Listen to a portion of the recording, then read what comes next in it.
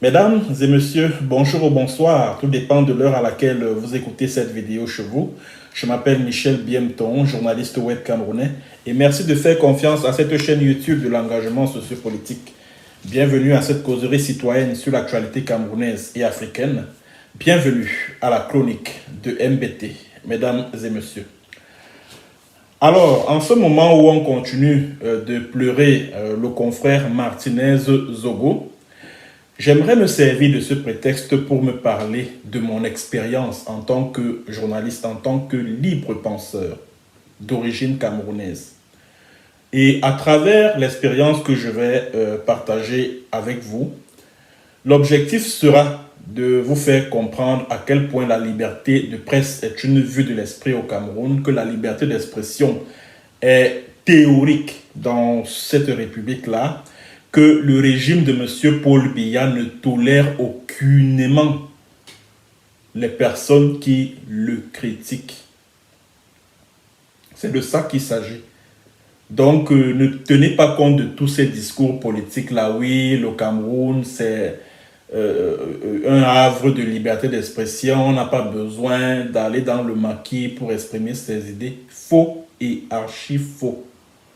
Je tiens à vous dire, vous qui me regardez, vous qui m'écoutez, que tout ce que je m'adresse particulièrement à ceux qui sont opposés au régime des Biya au Cameroun, là, qu'ils soient hommes politiques, qu'ils soient acteurs de la société civile, qu'ils soient cyberactivistes sur les réseaux sociaux, qu'ils soient journalistes engagés un peu comme moi là.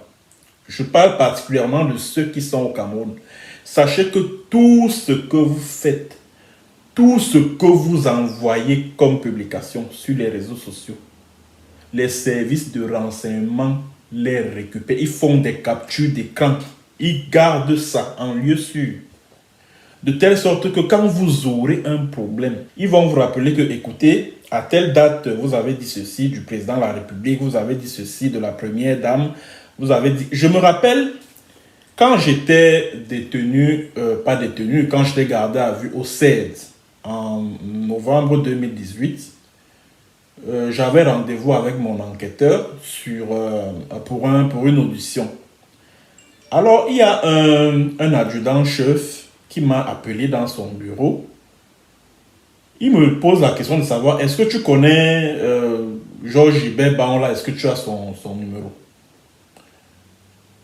Je lui ai dit que je pense avoir son numéro. Il dit, bon, si tu as son numéro, écoute, on te remet de ton téléphone et puis tu essaies de fouiller pour voir si tu l'as. Bon, j'ai fouillé mon téléphone qu'ils avaient confisqué. Donc, c'était un iTel que je venais à peine d'acheter à l'époque là. J'ai fouillé, je n'ai pas vu le numéro de Baonla. Et après, ils m'ont demandé, par contre, est-ce que tu as le numéro de Paul Désé? Je lui ai dit que non, je ne pense pas que j'ai son numéro. Donc, c'est pour vous dire que tous ceux qui interviennent dans les radios urbaines à Yaoundé et qui émettent des opinions allant dans le sens de critiquer le régime des Biya, vous êtes dans le collimateur. Vous êtes dans le collimateur. Ne vous croyez jamais libre. Ce n'est pas parce que vous allez finir, par exemple, de participer à un débat un dimanche où vous avez critiqué le système et que vous êtes rentré chez vous, que vous êtes libre. Non, on vous a à l'œil. On vous a à l'œil. On vous a à l'œil. Le jour où vous allez vous retrouver dans des situations, genre on vous a interpellé ou on vous a arrêté arbitrairement, si on ne trouve rien par rapport à ce pourquoi on vous a arrêté, on ira fouiller dans tout ce que vous avez dit sur les chaînes de radio, les chaînes de télévision. On ira fouiller dans toutes vos plateformes, dans toutes vos pages sur les réseaux sociaux, Facebook, Twitter, WhatsApp et tout ça là, YouTube, etc., etc. C'est comme ça que ce régime fonctionne.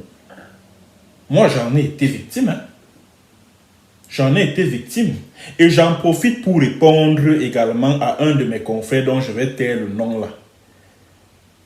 J'ai suivi un confrère dit que, bon, en fait, c'était un audio qui circulait dans WhatsApp où il disait que non, vraiment, ces journalistes qu'on tue là, c'est parce qu'ils sont dans des réseaux compliqués, c'est parce qu'ils sont dans des réseaux compliqués, c'est parce qu'ils se positionnent par rapport à un camp ou à un autre, et maintenant quand ça cuit, on les tue. Oh, moi je suis un journaliste qui est strictement professionnel, voilà pourquoi on ne m'a jamais inquiété, et patati et patata.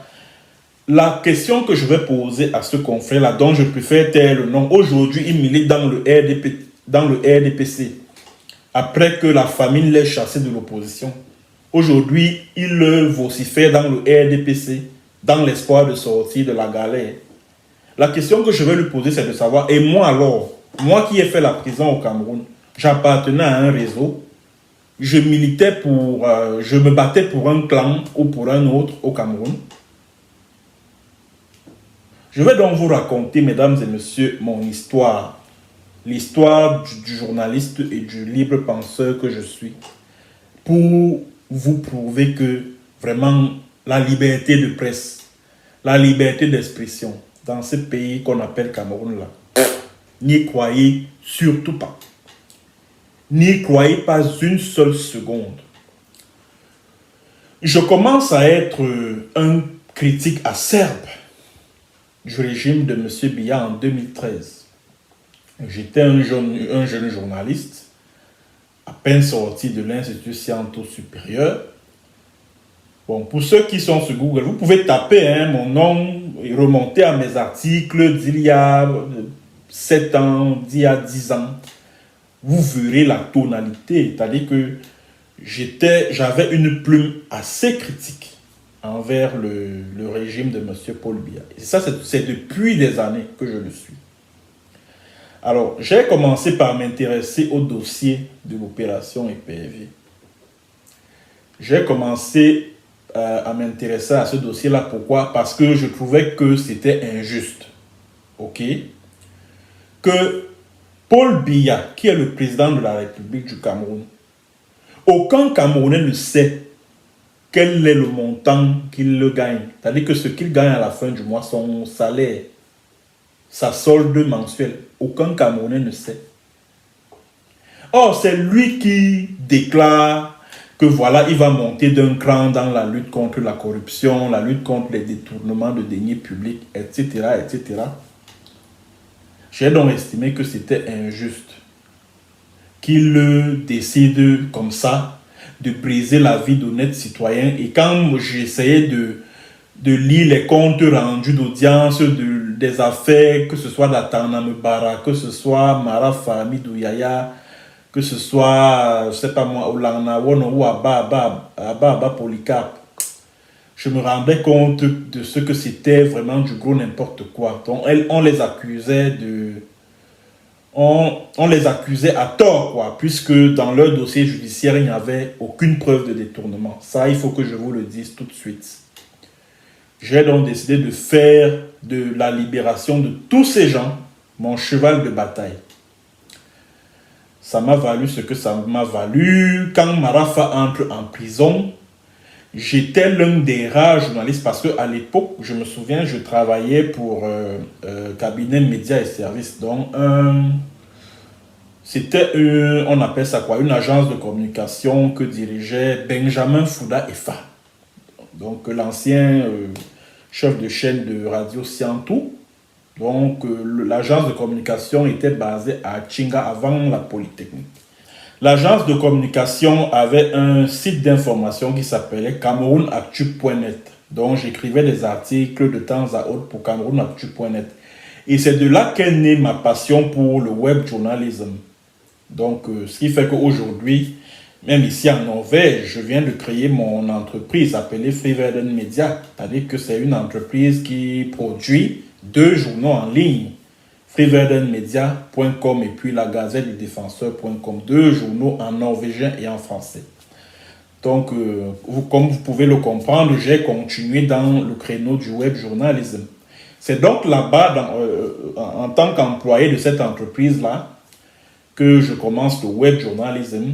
Et étant là-bas, quand Marafa entre en prison, je suis l'un des rares qui prend fait et cause pour Marafa Hamidou Yahya.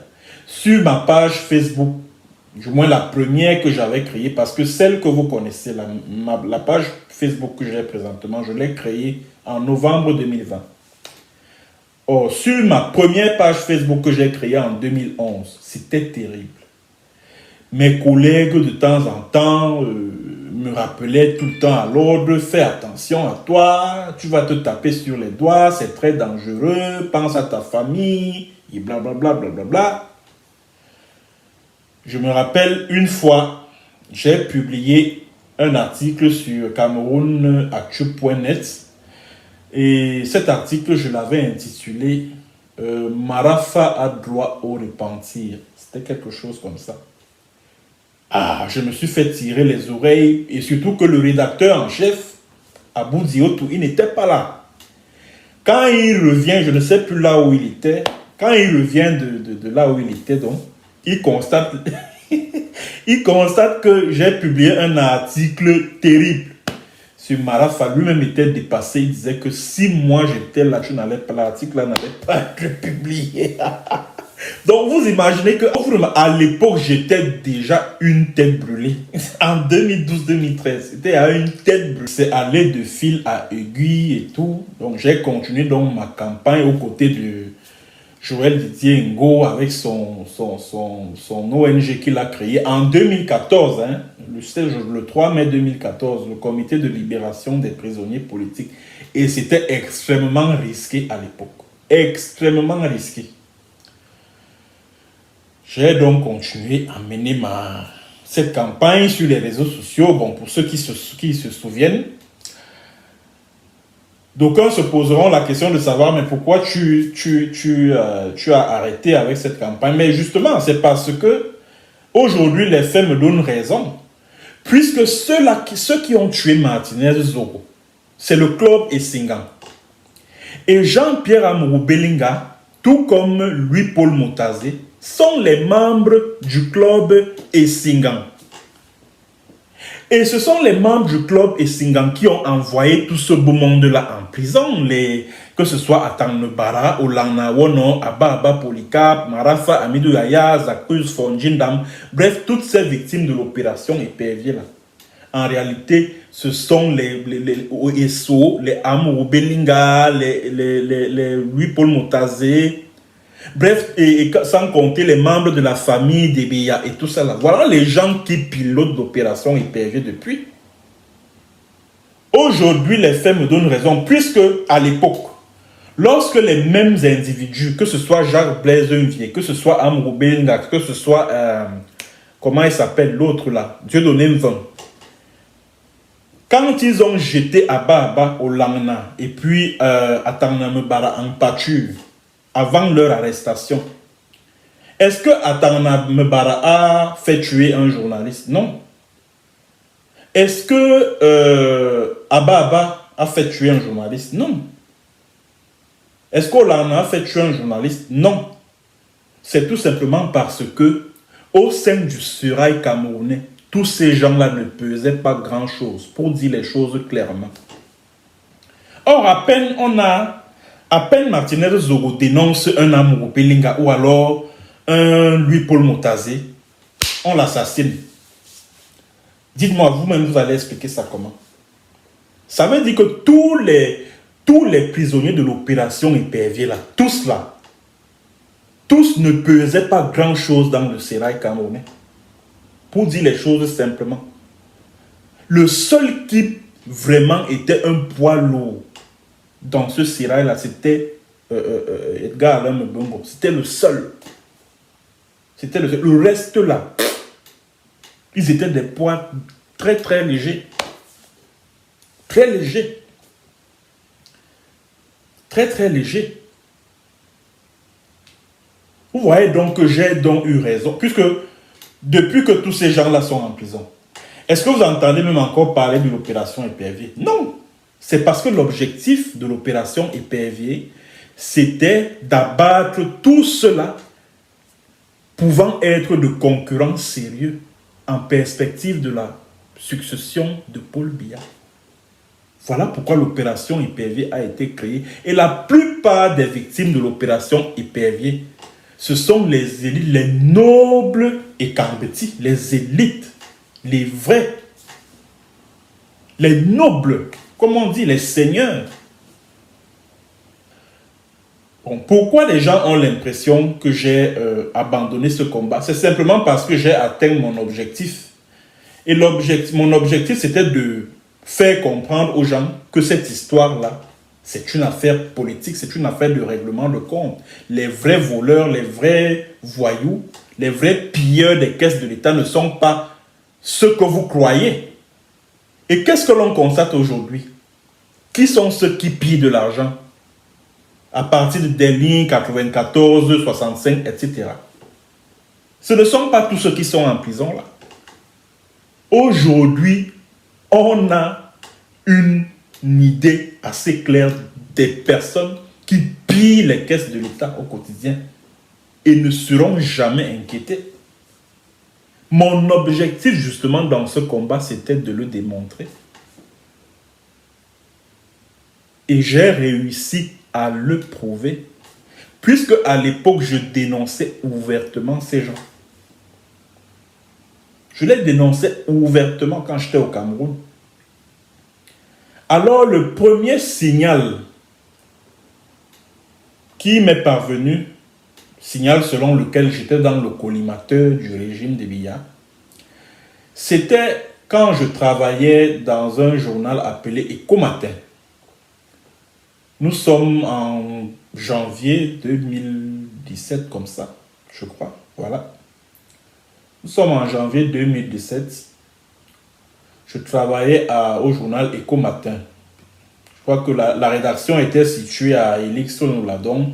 Pour ceux qui connaissent Yaoundé, quand vous partez du lycée de Elixono, il y a une rue là. La rue qui longe tout droit en allant vers la DGSN. Juste en face, avant d'arriver à la DGSN là, il y a un bâtiment là. À l'intérieur, c'est là-bas que je travaillais. C'est là où se trouvait, bon, je ne sais pas si c'est encore le cas, la rédaction du journal Écho Matin. Alors, il fut un matin, j'arrive à la rédaction pour le travail quotidien. Alors, c'est le directeur de publication, le grand frère Émile Fidiek qui m'appelle. Il me dit que Michel, tu sais même qui est venu ici à la rédaction? Il dit qui est venu? C'est un agent de la DGR. Je dis, et il était fait quoi ici? Il me raconte alors que le monsieur a commencé il feuilletait le journal, non, pour lire. Maintenant, quand il tombe sur un article qui porte ma signature, c'est-à-dire mon nom, il dit au DP que donc, hey, tu avais le type ici. Le responsable du journal répond, mais oui, bien sûr, c'est bon. Et puis l'agent de la DGRE lui dit que, mais c'est moi qui suis chargé de suivre ce garçon, chez nous là-bas. Le DP m'a dit ce jour-là que l'agent qui était chargé de me suivre était à la rédaction. Donc, j'ai donc compris ce jour-là que j'étais dans le collimateur du régime des Biya. Parce que quand vous apprenez déjà que les services de contre-espionnage, les services de renseignement vous suivent, il faut faire très attention. Il faut faire très... Parce que ça veut dire que vous avez déjà atteint un niveau où, mon frère, à tout moment, on peut apprendre que tu as disparu un de ces quatre et puis basta. Et puis, quelques mois plus tard, c'était plus précisément au mois d'avril. Je me rappelle que c'était le 15 avril, plus précisément. C'était un samedi. Je suis allé ensemble chez un de mes cousins là, comme il baptisait sa fille. Quand je rentre, je trouve que ma porte, le matin, c'est-à-dire que le lendemain matin, parce que je ne pouvais pas marcher dans la nuit, le dimanche matin, je trouve que la porte de ma maison a été défoncée. Mon ordinateur que j'utilisais pour écrire mes articles a disparu. Qu'est-ce qui s'est passé? Je vois que tout est intact, les appareils électroménagers, la cuisinière, tout est intact. Ce n'est que mon ordinateur qu'on est venu prendre. Je dis, c'est là où j'ai commencé à réfléchir. Je dis, mais ceux qui sont venus braquer ici chez moi, pourtant j'étais dans un coin où il y avait des voisins. Parce qu'un simple bandit, surtout que quand je pars de la maison la veille, aux environs de 19h20, je laisse la lampe allumée. Je laisse la lampe de la maison allumée. Or, un bandit, s'il veut aller braquer dans une maison, il voit que les lampes sont allumées. Il va se dire qu'il y a quelqu'un dedans. Or, voilà des gens, ils sont venus opérer chez moi sans que les voisins ne soient au courant, sans que les voisins aient entendu de bruit. Puis ils ont ramassé ce qu'ils voulaient ramasser et ils sont partis. C'est là où j'ai compris ce jour-là. C'est là où j'ai compris que ceux qui sont venus braquer chez moi savaient que je n'étais pas là. Première chose. Et ils savaient que je n'étais pas là parce qu'ils m'ont suivi pendant la journée. Parce qu'ils m'ont pris en filature en journée. C'est ce que ça veut dire.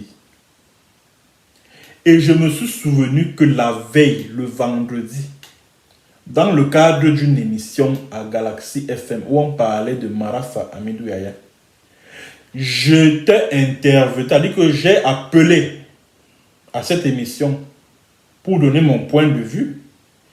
Et en donnant mon point de vue, j'ai accusé ouvertement le neveu de Biya, Bonaventure Vondo Assam, d'avoir monté des notes de renseignement. Parce qu'à l'époque, quand il montait cette note de renseignement-là, il était, je crois, à la commission sécurité ou défense, un truc de ce genre, de l'Assemblée nationale. Je l'avais ouvertement pointé du doigt, comme celui-là qui a manœuvré pour que Marafa se retrouve en prison. C'est-à-dire qu'il a rédigé des notes de sécurité, il a envoyé partout, à la DGRE, à la CEMIL, un peu partout. Juste pour corser le dossier judiciaire de Marafa. C'était en 2008 que le neveu de Biya, Bonivan, avait rédigé le chiffon là. Il a rédigé ça. Quand je suis intervenu, c'est-à-dire que je me rappelle ce jour-là, quand je suis intervenu, c'est comme s'il y avait comme un vent de panique qui a commencé à souffler. Parce que ceux qui sont intervenus après moi là, et je me rappelle que parmi ceux-là se trouvait Pascal Messanga Nyanding. Pascal Messanga Nyanding a réagi dans le cadre de la même émission. Il est arrivé après moi. Il est intervenu pour dire, oh, ce monsieur qui vient de partir, il raconte n'importe quoi. Vraiment, on vous suit à des endroits insoupçonnés de la République. Bref, il est venu pour essayer de... essayer de mettre un peu d'eau dans mon vin, quoi. Et je pense que c'est le lendemain que des individus sont arrivés chez moi. Sans doute des gros bras du système de Biya. Ils sont arrivés et puis, bon, ils ont défoncé ma porte, ils ont ramassé ce qu'ils voulaient ramasser. Et ils ont pris mon ordinateur peut-être parce qu'ils voulaient fouiller, essayer de voir si j'ai des documents compromettants de la République dans mon ordinateur. Je ne sais pas. Je ne sais pas ce qu'ils cherchaient. Alors, jusque-là, je continuais à être vraiment une véritable tête de mule.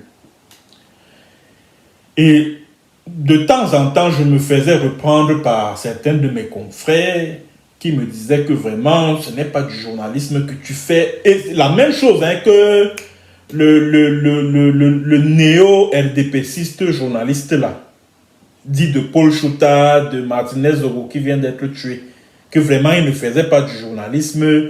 Je l'ai suivi dans une émission, dit que il n'existe aucun genre journalistique appelé dénoncer.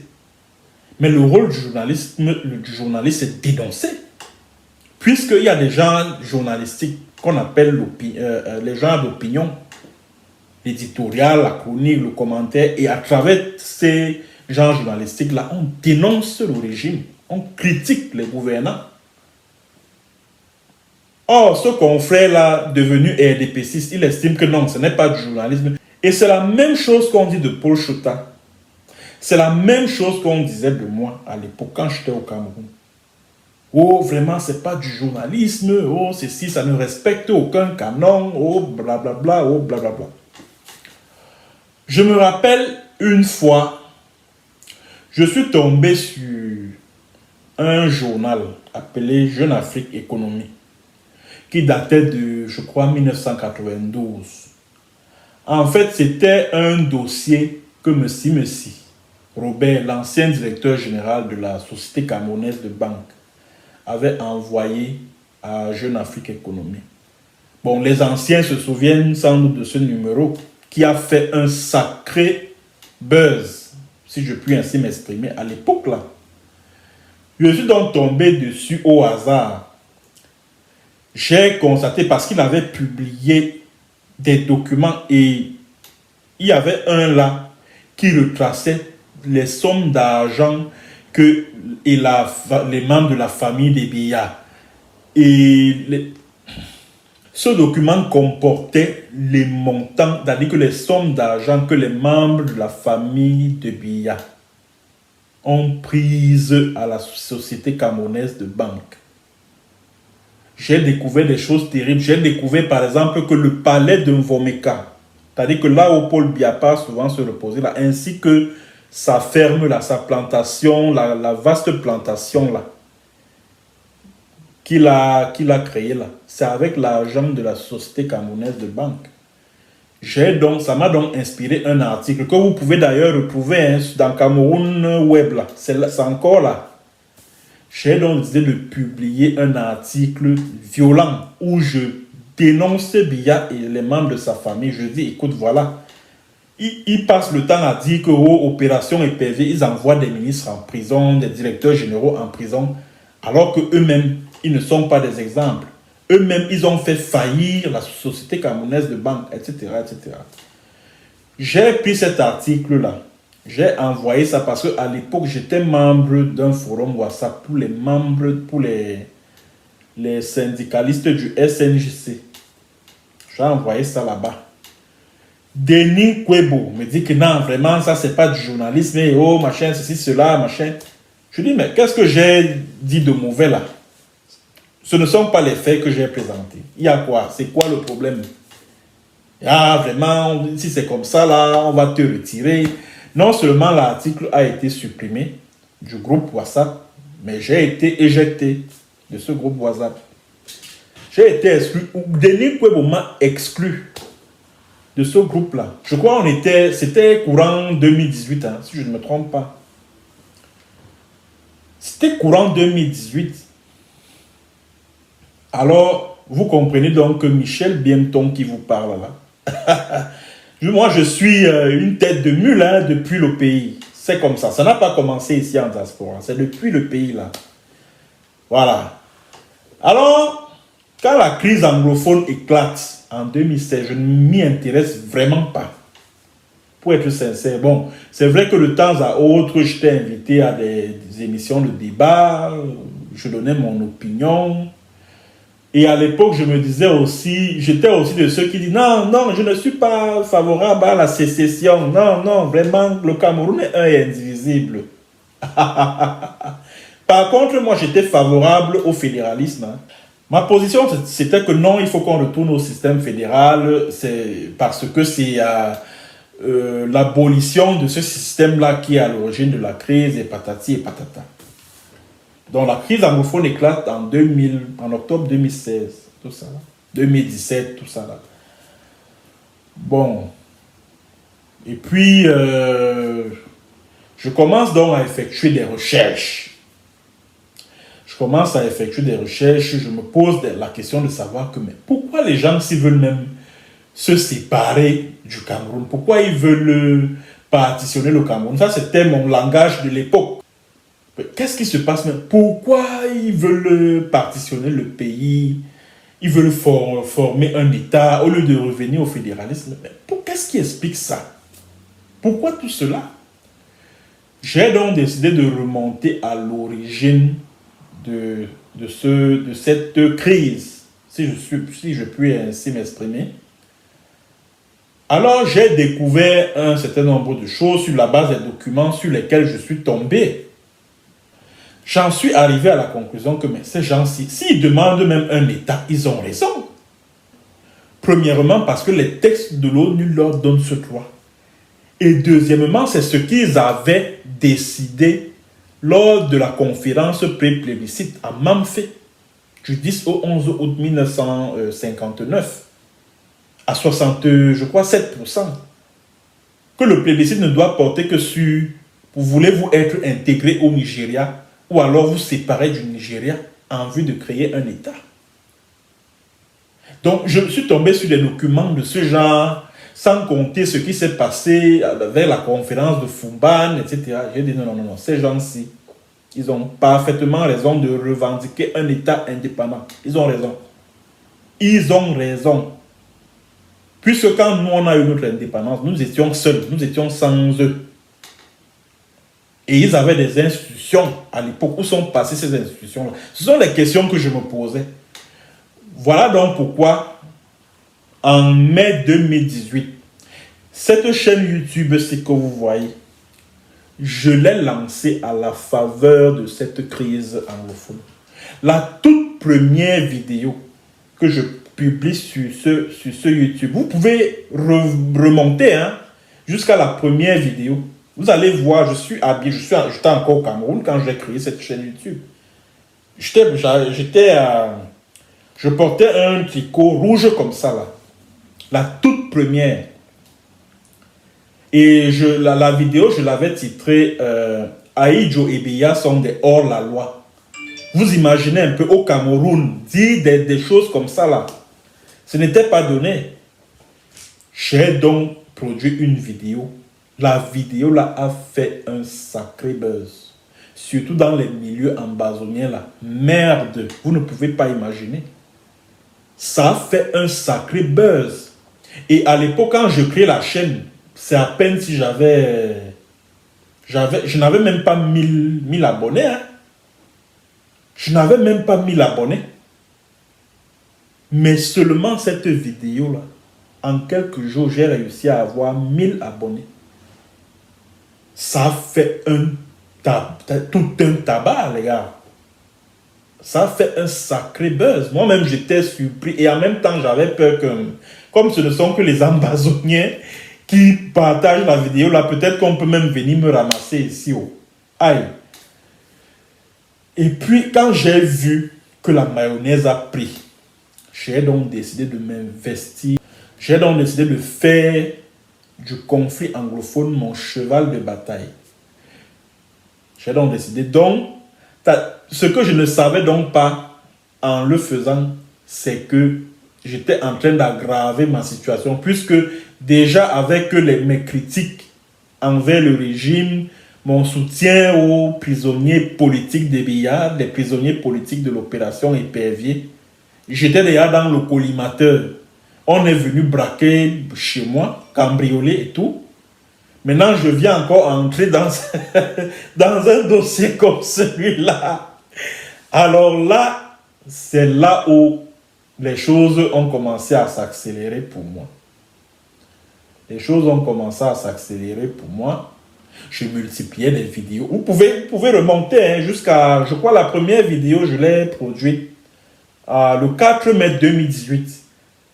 Si vous essayez de remonter, c'est-à-dire que du 4 mai jusqu'au 18, jusqu'en octobre 2018, c'est-à-dire que le mois auquel on m'a arrêté, on m'a kidnappé puisqu'on ne m'a pas arrêté, vous verrez qu'il n'y avait que pour la crise anglophone. Je multipliais des vidéos où je dénonçais les crimes du régime des Biya au Southern Cameroun. Et je disais même Southern Cameroun. Au Cameroun, je n'étais pas encore à l'étranger. Au Cameroun, Je suis sûr que les gars qui sont dans le système là, les gens du renseignement, ils wandaient seulement que mais le type si. Le type si, c'est même qui ça. C'est même qui ça. Il n'a pas peur, il machin.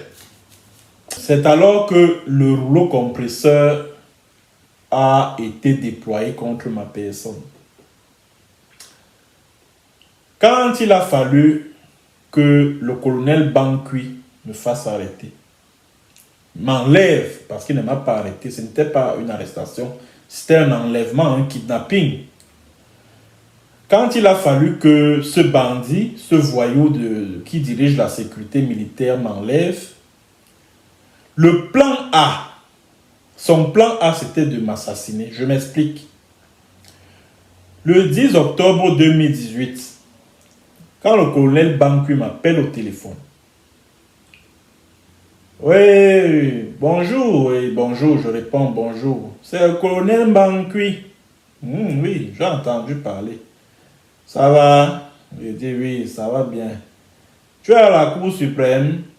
Je dis non, je suis à la maison. Parce que j'étais en train de regarder le contentieux électoral là, à la télé, à la maison. Bon, il se disait que j'étais à la cour, non pas à la Cour suprême, la cour d'Atamala, le conseil constitutionnel. Il me dit que non, en fait, je t'appelle parce que je voudrais qu'on se voit. Tu sais que quand j'invite les gens ici chez moi, bon, ils ont peur, etc. Bon, je voudrais qu'on se retrouve quelque part vers 16h, 17h. Bon, à quel moment est-ce que tu es libre? Bon, bah, enfin, je lui ai dit que, ok, il n'y a pas de souci, on pourra se voir. Je me libère à 17h et puis je vous fais signe, etc., etc. Quand je raccroche, je commence à me poser des questions. Je dis, mais voilà un officier supérieur de l'armée du Cameroun. Il m'appelle, il me demande qu'on se donne rendez-vous. Il ne me dit même pas où est-ce qu'on doit, où précisément est-ce qu'on doit se voir. Avec le recul, mes chers followers, mes chers amis, avec le recul, j'ai fini par réaliser que ce jour-là, le plan A du colonel Bankui, c'était de m'assassiner, de me faire disparaître. Un peu comme Martinez là.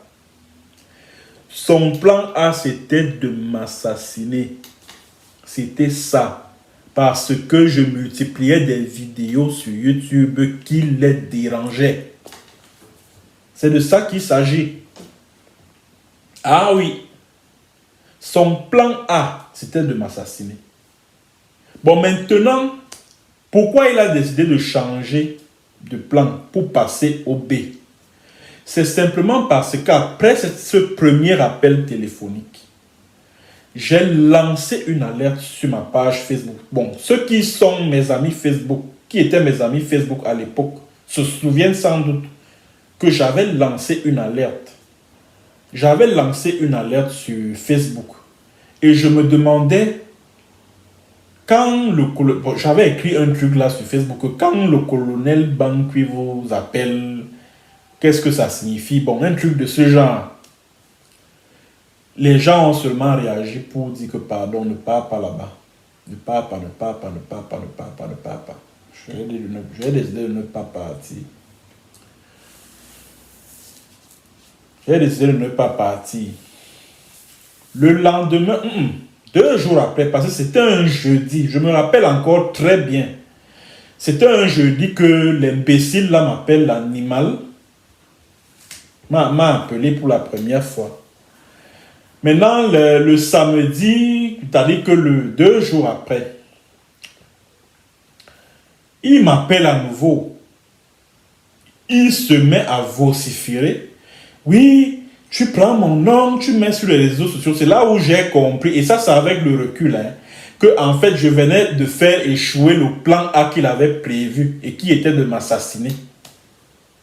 Parce qu'il commence par dire, tu prends mon nom, tu mets sur les réseaux sociaux. Donc ça veut dire qu'il ne voulait pas que je publie sur les réseaux sociaux qu'on avait rendez-vous. Vous-même, quelle est la conclusion que vous faites? Faites vous-même la conclusion. C'est que le gars voulait finir avec moi. C'est clair et net. Et maintenant, comme j'ai fait fuiter l'information, que le gars m'appelle au téléphone et me donne les rendez-vous, le plan là a échoué. Et maintenant, il est passé au plan B. Et le plan B, c'était qu'il fallait qu'on me fasse arrêter. Bon, le samedi là, donc il m'appelle et tout, bon. Je suis resté tranquille, mais je ne voulais surtout pas partir. C'est quelqu'un, parce que après son appel téléphonique, je devais participer à un séminaire en vogue là-bas sur les lanceurs d'alerte, les cyberactivistes et tout. C'est quelqu'un là-bas qui m'a convaincu de partir. Il me dit non, moi je le connais, je connais le colonel Banqui, il est très gentil, il est très sympa et tout. S'il t'appelle, il faut, s'il t'appelle à son bureau, il faut partir. C'est sans doute pour te donner des conseils, patati patata. Bon, j'ai dit ok, puisqu'il en est ainsi, je vais donc partir. Bon, nous étions le 21, non, nous étions le 20 octobre, hein, quand il m'a appelé pour la deuxième fois. Un samedi. Bon, le dimanche passe. Lundi, comme il y avait proclamation des résultats de la présidentielle de 2018, je lui ai dit que je ne pouvais pas être là parce qu'il faut suivre l'actualité autour. Le 23 octobre, donc, je décide donc d'aller à son bureau. Je ne savais pas que c'était pour entrer dans le piège que le voyou m'a tendu.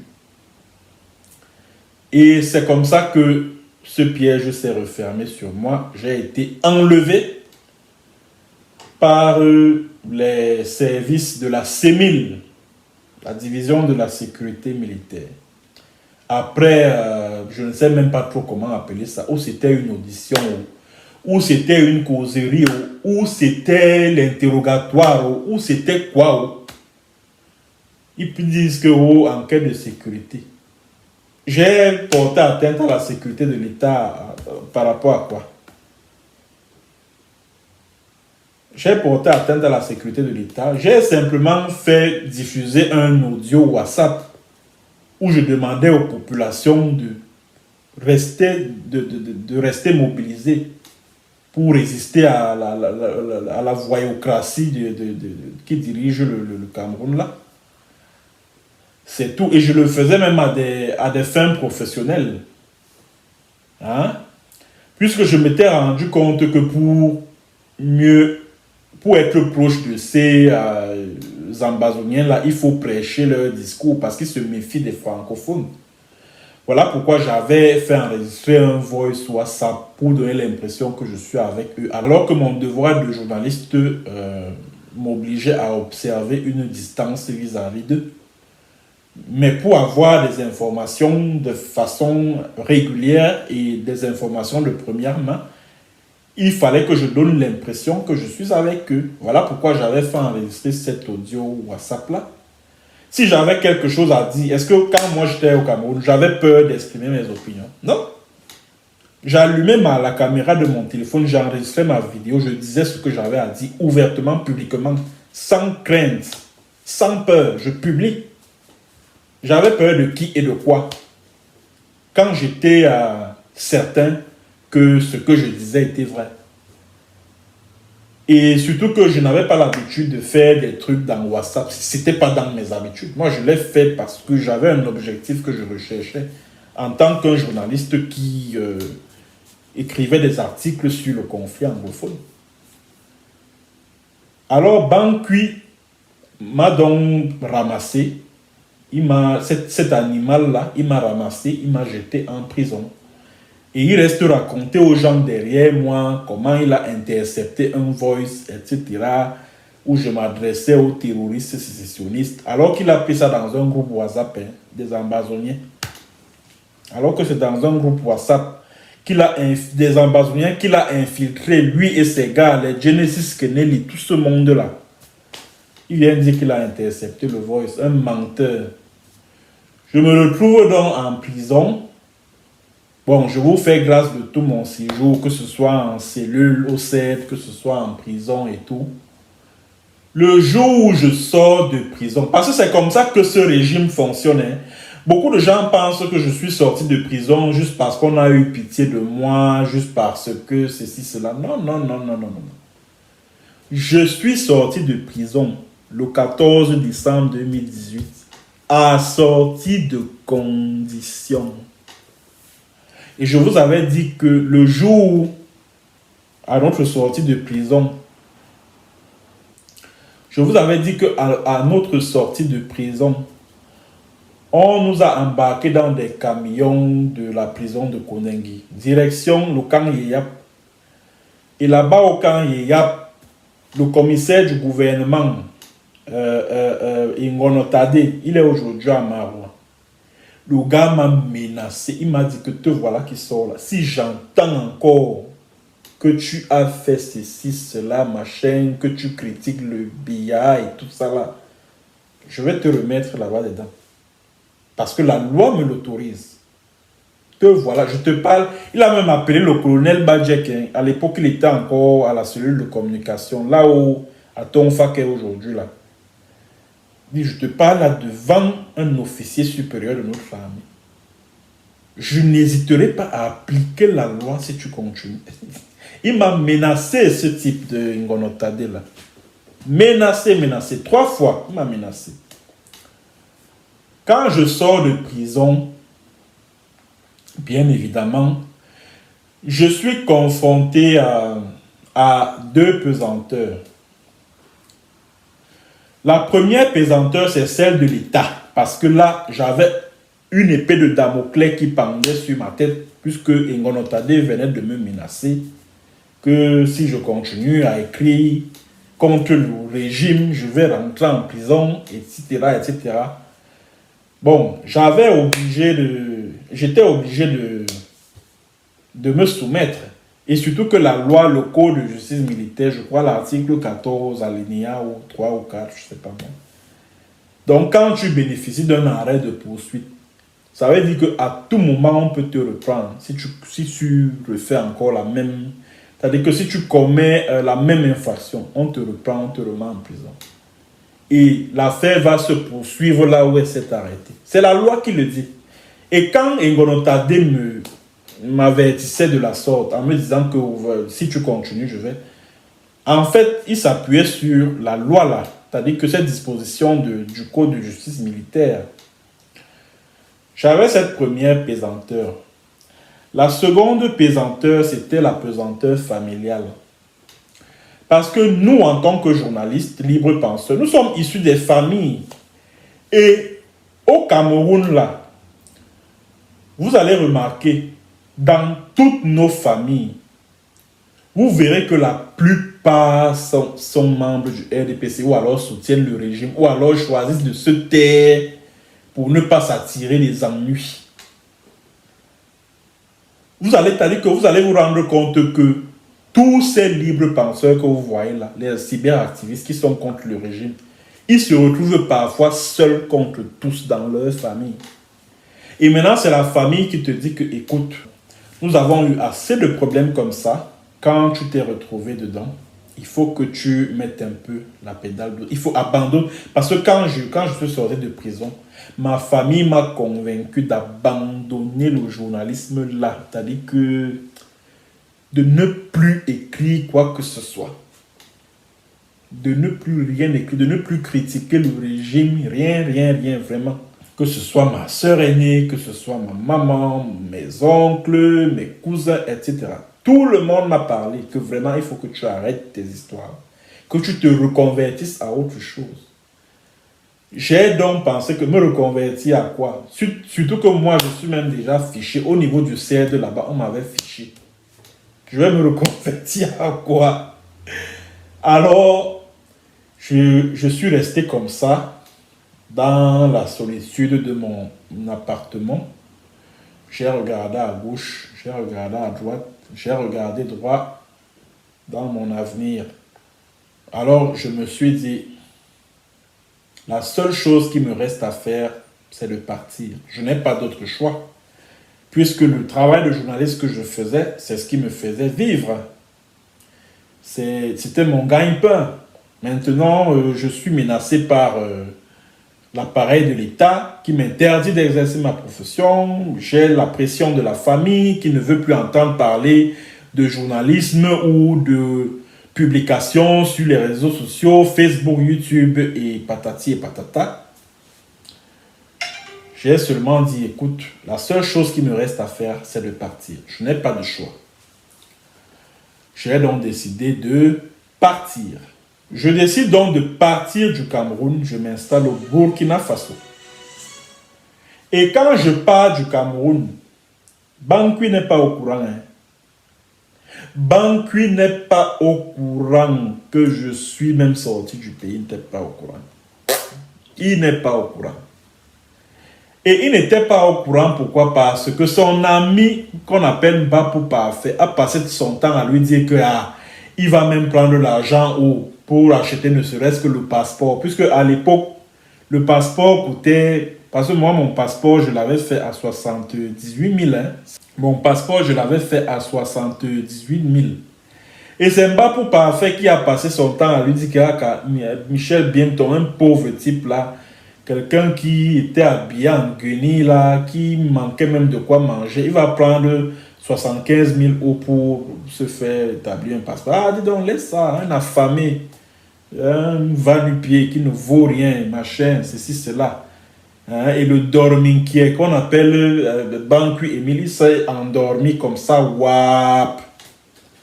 Et pendant qu'il dormait, j'en ai profité pour me faire la belle. Je suis sorti du Cameroun. Et je me rappelle, à l'époque, je suis parti du Cameroun le 16 mai 2019. J'ai pris un vol à Sky Airlines. J'avais pris un vol à Sky Airlines. Je me rappelle, mon avion avait décollé à 9h55 à l'aéroport international de Douala, parce que c'est par Douala que je suis sorti. Puisqu'il y avait un de mes informateurs qui m'avait prévenu que, pardon, si tu sors par Yaoundé, tu auras de sérieux problèmes. C'est mieux que tu passes par Douala. C'est mieux que tu sortes par Douala, parce que à Douala, c'est la capitale économique. Et là-bas, les contrôles sont moins stricts qu'à Yaoundé. Donc, et je me souviens, la veille, j'étais parti, parce que je suis parti de Yaoundé le 15 mai 2019. J'étais avec mon oncle, le petit frère de maman, et puis maman elle-même qui rentrait qui allait au village.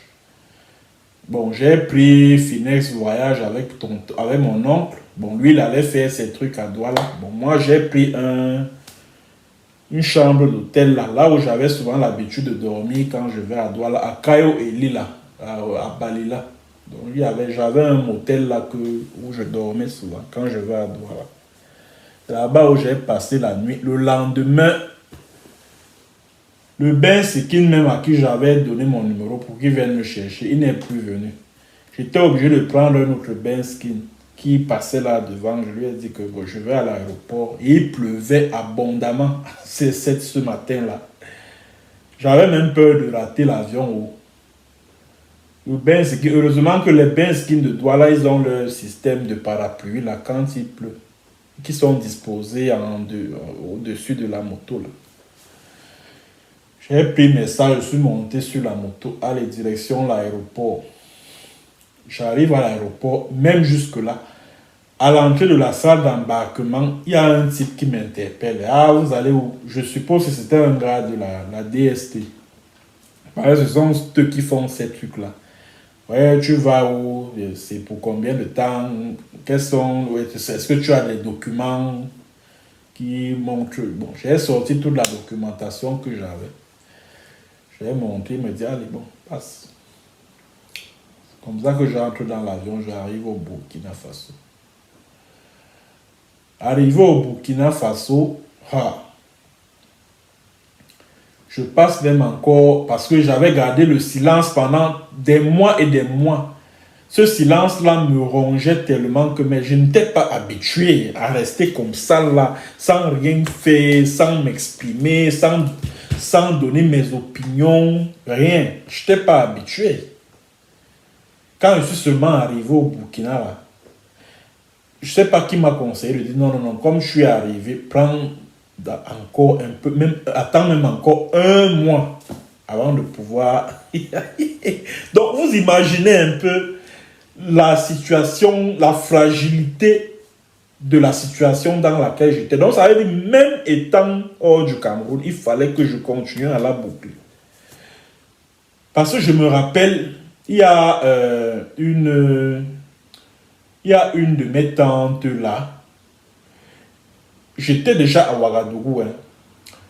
Elle m'avait appelé, je sais pas, elle m'avait envoyé un voice WhatsApp, une de mes tantes, pour dire que voilà, quelqu'un m'a appelé, pour me dire que voilà, que me voilà qui a encore recommencé à critiquer le pouvoir, qu'on a vu certains de mes posts sur Twitter et tout, vraiment, il faut que je me calme et que vraiment, si quelque chose m'arrive là-bas, elle ne sera pas responsable et patati et patata. Je dis merde, à ce point-là, que je suis déjà au Burkina, je ne suis plus au Cameroun. Maintenant, je commence à écrire des trucs sur Twitter, ça dérange encore les gens. Puis elle m'a dit que c'est soit le colonel Badjek ou je ne sais qui là-bas, parmi les A du Kola, donc les Bao,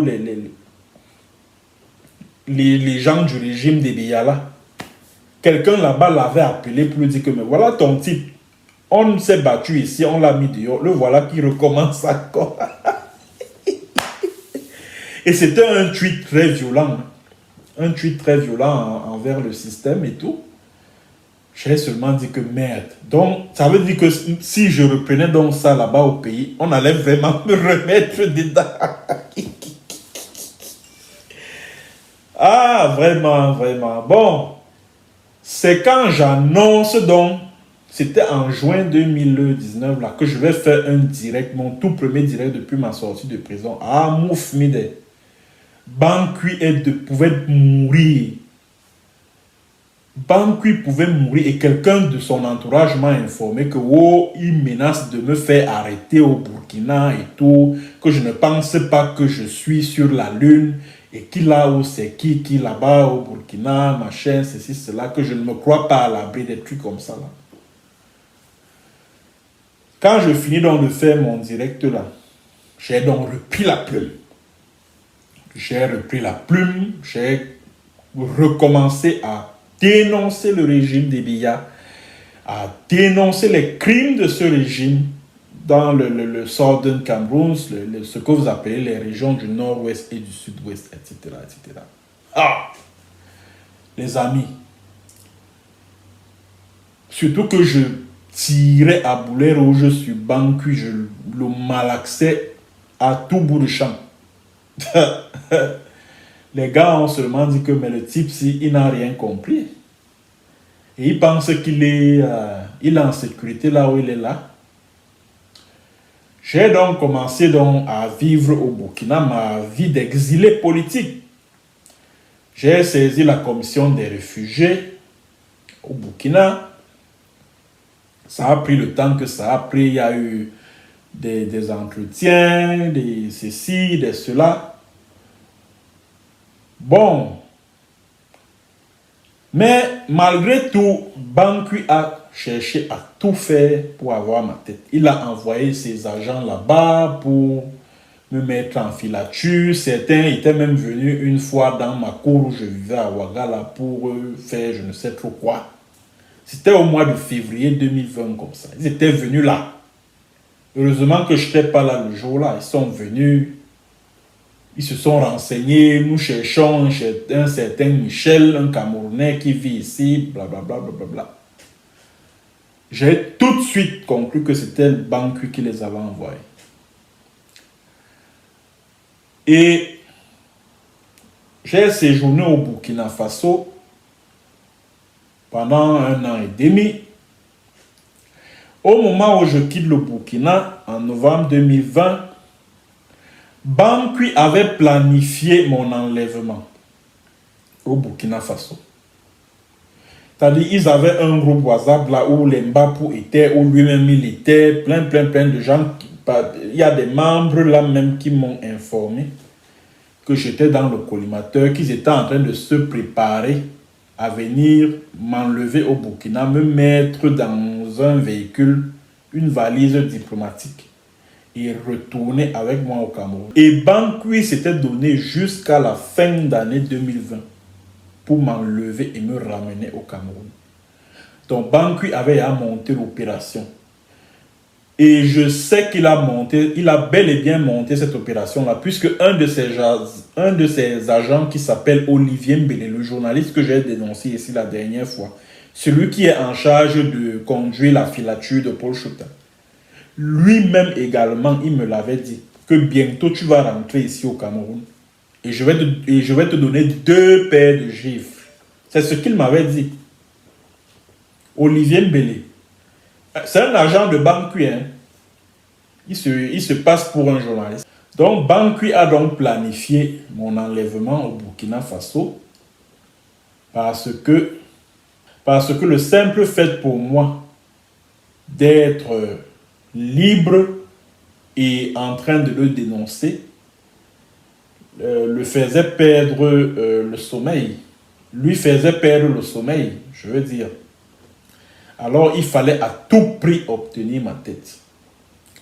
Mais malheureusement, au moment où il envoie ses agents à Ouagadougou, moi je quitte le Burkina pour la Norvège où je suis aujourd'hui.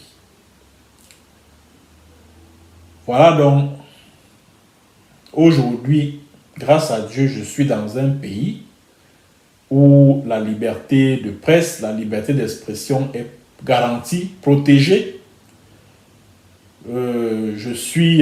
J'ai à ma disposition tout ce qu'il me faut pour continuer à exercer mon métier, ma profession. Et je ne peux que rendre grâce à Dieu. Et j'en profite pour donner ce conseil aux jeunes libres penseurs qui sont au Cameroun. N'écoutez pas tous ceux qui vous disent là que oh, vraiment tu dois continuer à te battre pour tes opinions, pour tes idées. Pourquoi tu quittes le Cameroun? Parce que je sais que, parce que c'est le discours que certains combattants de la résistance camerounaise qui sont ici en diaspora ont l'habitude de tenir. Et je ne suis pas d'accord avec ça. Je ne suis pas du tout d'accord avec ça. Qu'on dise par exemple que pourquoi Paul Chouta doit quitter le Cameroun, hein, si tous les Camerounais décident maintenant de décamper, de machin, qui va rester combattre là-bas au pays? Les gars, je vais vous donner un conseil. Si vous avez des opinions à émettre, si vous avez un combat que vous voulez mener étant au Cameroun, menez ce combat sans crainte. Soyez téméraires, soyez courageux. Ne vous laissez pas influencer par les mises en garde de vos collègues, de vos parents, des membres de vos familles. Allez jusqu'au bout, foncez. C'est le conseil que je vous donne.